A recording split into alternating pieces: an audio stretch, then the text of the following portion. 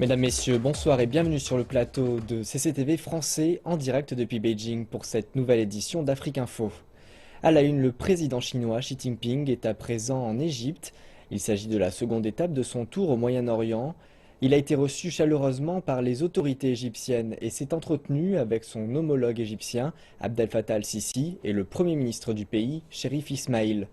Xi Jinping a déclaré que la Chine encourage et soutient l'implication des entreprises chinoises dans les projets de grande envergure en Égypte et travaillera étroitement avec l'Égypte pour construire des infrastructures et augmenter la capacité industrielle. Les deux côtés ont promis de coopérer dans le cadre de l'initiative chinoise Une ceinture et une route. La visite du président chinois en Égypte devrait déboucher sur plusieurs accords et projets d'investissement d'importance. Cependant, l'aspect du partenariat qui est en jeu cette semaine revêt aussi un aspect politique majeur. Il y a 60 ans, Le Caire et Beijing établissaient leurs relations diplomatiques. Depuis 19 mois, soit depuis le début de la présidence d'Abdel Fattah al-Sisi, l'Égypte et la Chine ont pris des mesures permettant un rapprochement des deux pays. Avant cette semaine, les deux dirigeants se sont rencontrés à 5 reprises. Signe de cette proximité, l'Égypte est une des nations dont les soldats ont participé au défilé militaire qui a eu lieu en septembre dernier à Beijing, lors des célébrations marquant la victoire lors de la Seconde Guerre mondiale. D'après certains analystes, le président égyptien verrait la Chine comme un modèle. Al-Sisi admire le développement et la réussite de la Chine. Il rêve d'une Égypte se développant de la même façon que la Chine. Il souhaite que l'Égypte copie le modèle chinois, tout du moins une partie de ce modèle dans certains domaines. C'est pourquoi il était désireux d'afficher la proximité des directions politiques des deux pays. Les institutions et responsables gouvernementaux feront de même et les relations bilatérales ne pourront que s'améliorer. La Chine et l'Égypte partagent les mêmes idées sur les tensions au Moyen-Orient de part et d'autre. On estime que les solutions politiques sont préférables à toute intervention extérieure. Ce partenariat stratégique global ouvre également la voie à une coopération militaire accrue. Cette Kisobi, le ministre égyptien de la Défense, a passé plus d'une semaine en Chine. Il s'est rendu dans des usines d'armement, a rencontré de nombreux responsables. Il existe un consensus sur la nécessité de combattre toute forme de terrorisme, sans discrimination entre groupes militants, à l'image de ce que fait l'Occident. D'après des responsables égyptiens, le partenariat est aussi particulièrement intéressant puisque les investissements et les échanges commerciaux pourront être réalisés sans influence politique. Le président chinois Xi Jinping se rend pour la première fois en Égypte. C'est par ailleurs sa 6e rencontre avec son homologue égyptien. Pour marquer le renforcement de ces liens, Le Caire a fait de l'année 2016 l'année de la culture chinoise. Nombreux sont les Égyptiens qui attendent de connaître les résultats de cette rencontre majeure. CCTV a interrogé plusieurs dignitaires chinois et égyptiens pour connaître leurs attentes au sujet de la visite de Xi Jinping. La Chine et l'Égypte ont resserré leurs relations pour arriver à un partenariat stratégique global en 2014. Plusieurs responsables estiment que la visite du président Xi Jinping va permettre d'amener les relations bilatérales à un niveau supérieur.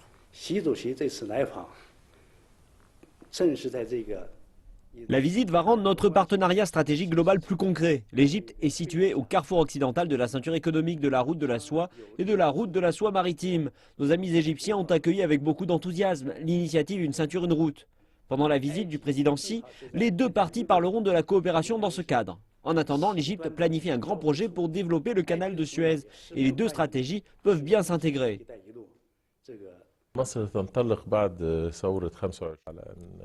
L'Égypte tient à entretenir des relations équilibrées avec tous les pays du monde, des liens de coopération qui mènent à des avantages mutuels. Accomplir les demandes des Égyptiens et construire une base solide entre l'Égypte et la Chine, c'est ce que les gens veulent. Nous avons des relations riches qui ont toujours été gérées de façon sage.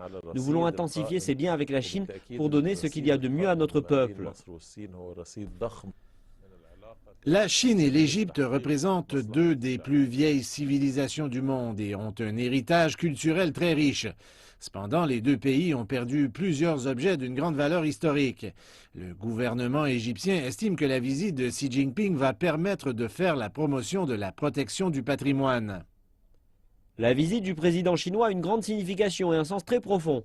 Avec leurs immenses héritages culturels, les deux pays participent de façon positive aujourd'hui à perpétuer leur culture ancienne. Nous préparons des mémorandums d'entente pour cette coopération, pour préserver nos antiquités et notre héritage à l'extérieur du pays. Je pense que ce sera une bonne chose pour la Chine et l'Égypte de travailler ensemble à ce niveau. Une banlieue du sud du Caire raconte sa propre histoire quant aux relations entre l'Égypte et la Chine. Ahmed Saïd est connu comme le Chinatown du Caire et avec une population chinoise croissante, nombre de Chinois créent des liens forts avec les habitants locaux. Tout de suite, plus de détails.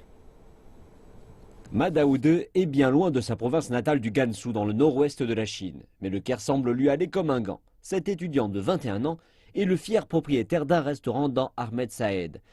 Il est surnommé le restaurant chinois musulman et parvient à servir nombre de clients au quotidien. Chaque nuit, des groupes de Chinois et d'Égyptiens viennent savourer les saveurs de l'Orient. Et les nouilles fraîchement préparées font partie de leurs mets favoris. Et chaque année, il y a de plus en plus de Chinois qui arrivent au Caire.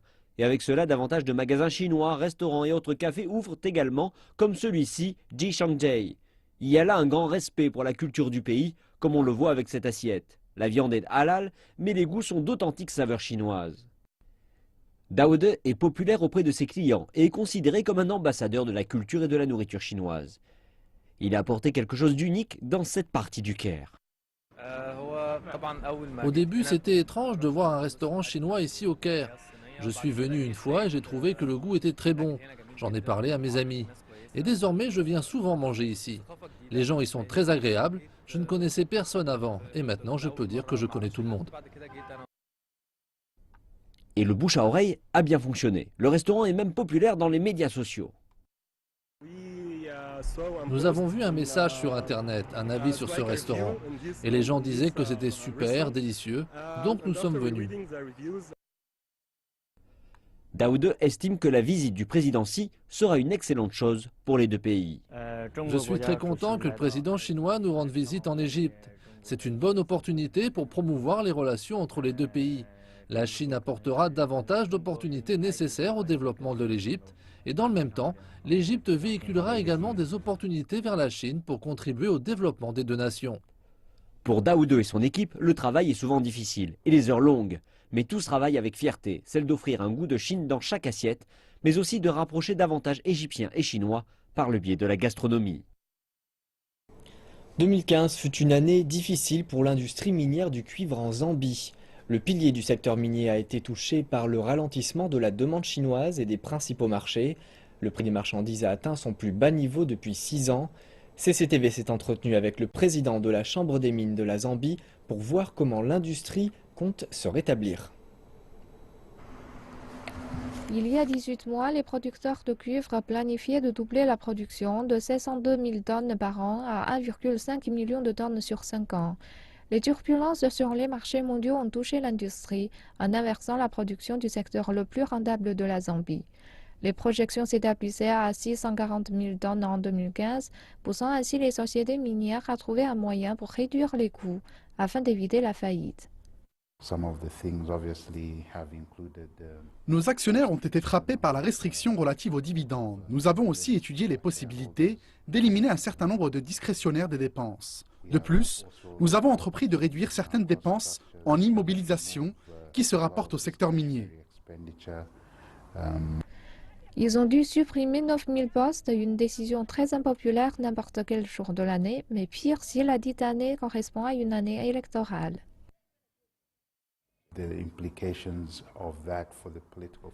Les répercussions politiques de cette décision ne sont pas très bonnes, mais nous avons été capables de prouver que toutes les mesures que nous avons prises étaient inévitables pour éviter la cessation de nos opérations.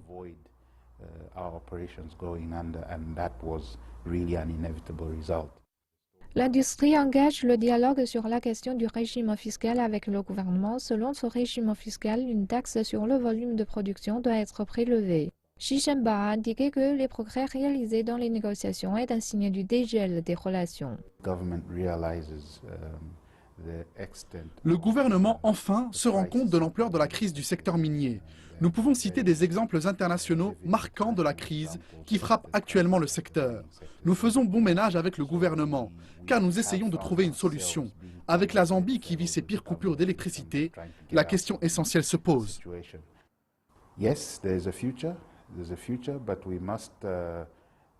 Il y a un avenir, mais nous devons souligner que le futur du secteur minier en Zambie dépend de la façon dont nous ferons face à la compétitivité des industries minières. Avoir un accord d'investissement n'est pas suffisant pour gérer les usines minières. Toutefois, Concernant les coûts environnementaux, nous devons nous assurer que nous sommes suffisamment agressifs dans notre réponse à nos coûts de base pour l'ensemble de l'industrie. Nous avons besoin de nos mines pour survivre, mais aussi pour faire face à l'offensive que représentent les producteurs à faible coût, qui profitent désormais de coûts environnementaux très bas.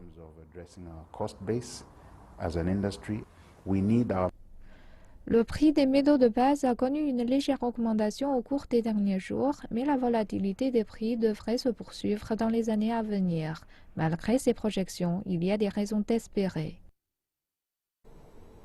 L'économie de la Namibie connaît une croissance stable depuis 6 ans, avec des taux de croissance annuels de plus de 5%. La mise en œuvre d'un plan de développement national, d'une politique fiscale prudente et d'une stabilité politique a engendré une hausse des afflux de capitaux étrangers. Le pays prévoit également d'ouvrir un port d'installation de services pour le bloc commercial d'échange de la SADC. Avec une croissance attendue de 6% cette année, la Namibie semble en plus bonne santé que ses pays voisins en Afrique du Sud. L'investissement direct étranger est en hausse, le principal port commercial du pays prépare un changement drastique et la construction d'une zone industrielle spéciale est en cours. Cela crée un revenu stable, cela crée de l'emploi. En particulier, si vous créez un nouvel emploi, vous nourrissez une famille de 4 personnes. Je soutiens ce projet et je suis optimiste dans ce projet. Tout se prépare. Rome n'a pas été construite en un jour. Les autorités portuaires souhaitent créer une plateforme commerciale régionale et internationale à Walvis Bay. Le port est devenu pratique pour la région de la SADC et est stratégiquement bien situé. Namport est également très efficace grâce à sa gestion de cargo. Namport s'occupe de l'expansion du port. Cette pièce derrière nous est le nouveau terminal à conteneurs. Ils ont créé ce nouveau terminal pour son revenu élevé à Walvis Bay. Davantage de personnes dépendent de Walvis Bay comme ils dépendent de la plateforme commerciale. Je pense que dans le passé c'était Durban et la Tanzanie. Tandis que plusieurs projets de développement se préparent, certains s'inquiètent de la pauvreté et de la hausse du chômage. La pêche est le troisième plus important contributeur du PIB et le second plus important détenteur de devises étrangères. Le secteur emploie plus de 15 000 pêcheurs, mais ils ne sont pas bien payés.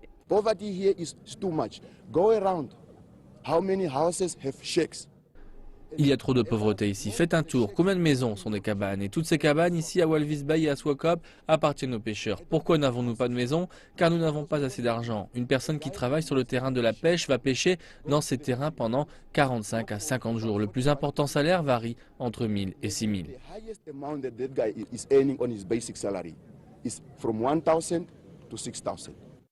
Selon le gouvernement, il a été difficile de développer les industries dans ce désert.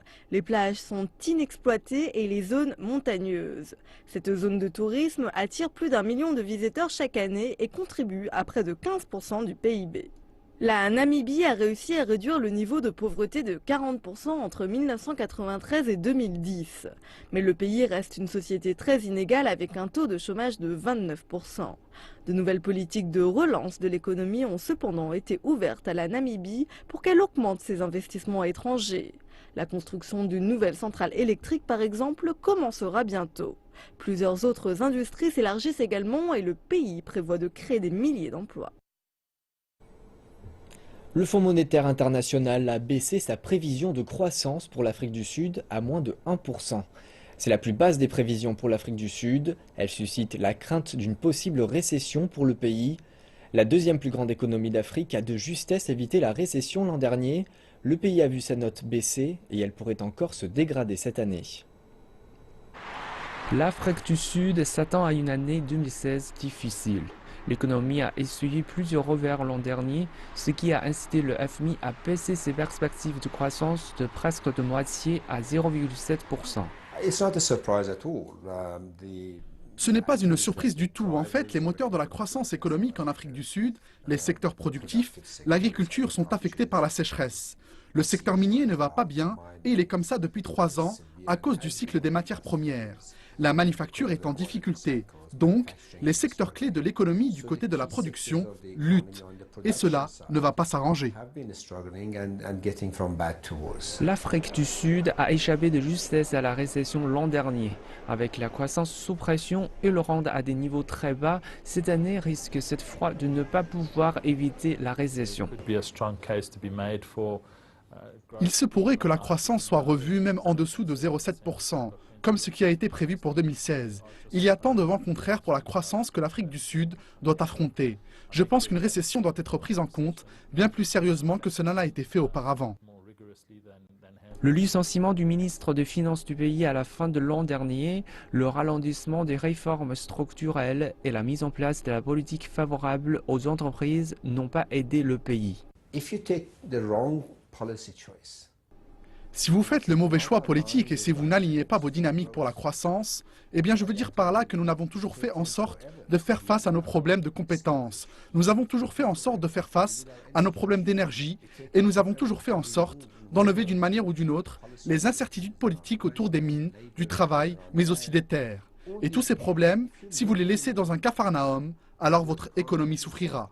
Et il est peut-être trop tard pour sauver l'économie d'une baisse de sa notation. Je pense que les baisses de notes deviennent à présent presque inévitables. Je pense que le gouvernement en fait beaucoup et qu'il va lutter contre les vents contraires et les courants. Et le président Jacob Zuma n'abandonne pas encore. Il a mené une délégation de plusieurs ministres et de plus de 80 hommes et femmes d'affaires au Forum économique de Davos pour garantir aux investisseurs que tout va bien et que l'Afrique du Sud est ouverte aux affaires. En Afrique du Sud toujours, les dernières années ont vu l'émergence d'une scène artistique politiquement engagée. Une galerie d'art contemporaine de la ville du Cap propose actuellement un espace d'expression pour ces artistes africains, témoins du bouleversement social. L'exposition qui s'y tient jusqu'à la fin du mois réunit les œuvres d'artistes venus de toute l'Afrique. Après des décennies marquées par la ségrégation, la société sud-africaine s'est démocratisée. Cette ouverture a favorisé l'émergence d'une nouvelle génération d'artistes qui produisent des œuvres au contenu plus personnel et surtout plus politisé. Les changements considérables qu'a traversé le pays au cours des dernières années et les transformations sociales qui s'en sont suivies influencent l'art contemporain sud-africain qui se fait de plus en plus politique et militant. Au cœur de la ville du Cap, la galerie d'art World Art présente actuellement une collection d'œuvres d'artistes contemporains africains qui reflètent ces nouveaux questionnements. C'est un genre artistique influencé par l'iconographie pop et les méthodes de l'art de la rue. Le contexte social y est très présent. Si le message politique n'est pas explicite, ce travail vise à éveiller les consciences en attirant l'attention du public sur certaines situations. L'idée n'est pas d'imposer une version objective des faits, mais de présenter une vision personnelle de l'environnement urbain contemporain. Tandis que l'art se fait plus personnel, les artistes se veulent de plus en plus critiques. Leur recherche sur le paysage socio-politique est devenue de plus en plus pointue. Ici, le soleil est rouge et évoque la fin de la journée. Pourtant, alors que le soleil se couche, nous continuons de combattre cette même chose contre laquelle nous nous battions à son lever. Tout le monde se réveille pour aller travailler le matin. Toutes ces personnes prennent les transports en direction des banlieues ou des champs afin de travailler avant de revenir fatiguées. Elles feront la même chose demain matin sans que la situation ne s'améliore pour autant. C'est ce que cette œuvre rappelle. De nombreuses œuvres traitent de sujets politiques et s'intéressent aux histoires personnelles qui prennent place à l'ombre des grands événements historiques, des guerres et des grandes luttes. Les images utilisées ici sont très fortes.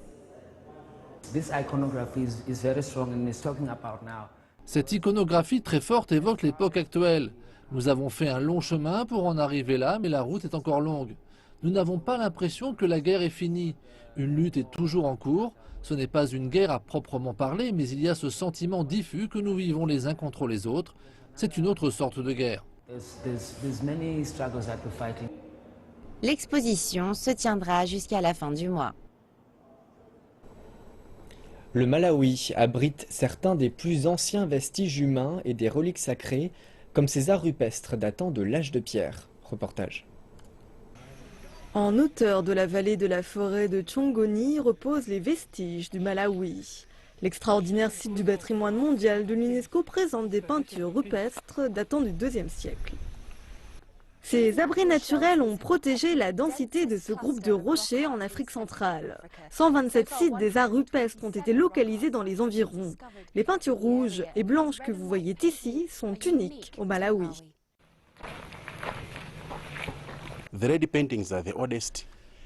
Les peintures rouges sont les plus anciennes. Elles ont été réalisées par les Akafula, parfois appelés les Abatras.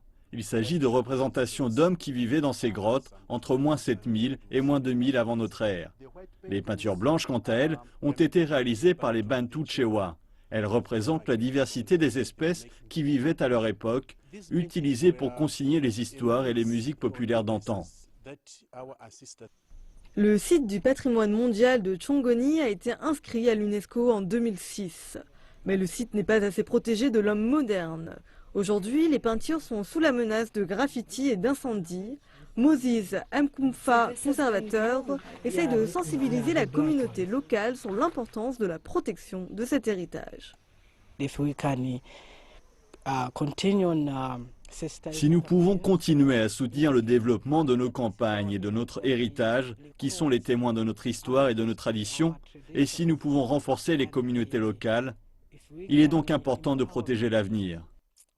Monsieur Moses et de nombreuses personnes espèrent sensibiliser la population et mieux préserver l'héritage des ancêtres du pays afin de montrer aux prochaines générations un aperçu de leur passé. Et c'est la fin d'Afrique Info. Merci pour votre attention et bonne suite de programme sur notre antenne.